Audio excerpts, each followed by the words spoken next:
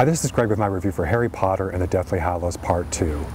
Potter and Transformers 3 were released back to back, and the difference between the two is day and night. Both are big summer action films with a lot of things blowing up, and yet there's so much more depth to Potter than Transformers. Of course, the credit goes to J.K. Rowling and her books, which inspired the movies, whereas Transformers was inspired by a toy company. Daniel Radcliffe and Emma Watson and company returned for the final installment of Potter, and this time everything hits the fan. Potter's in a rush to find the Horcruxes, which would allow him to kill Voldemort once and for all. He who must not be named knows this and is desperate to kill Potter before this happens.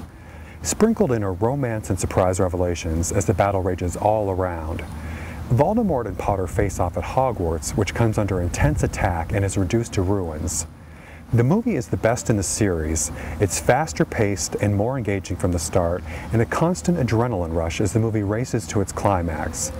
It's an important observation that the finale is the height of the saga, since it's the 8th in the series, and you can imagine how good Transformers 8 will be. Potter has taught Hollywood some lessons. It's not an endless series of sequels, but was planned as a series of books from the beginning. And what a difference that makes. Now I'm waiting for a 10-part movie version of War and Peace, suggestion to Hollywood. While Potter is intended primarily for children, the saga has a bit more substance and depth than that as the children grow up, mature, and come to grips with good and evil and life and death and romance. If every summer action film had this much going for it, what a change that would be. With all the publishing and box office success, I wonder whether Rowling will really refrain from continuing the story, since there are clearly some options for going forward. And why not? She's only 45.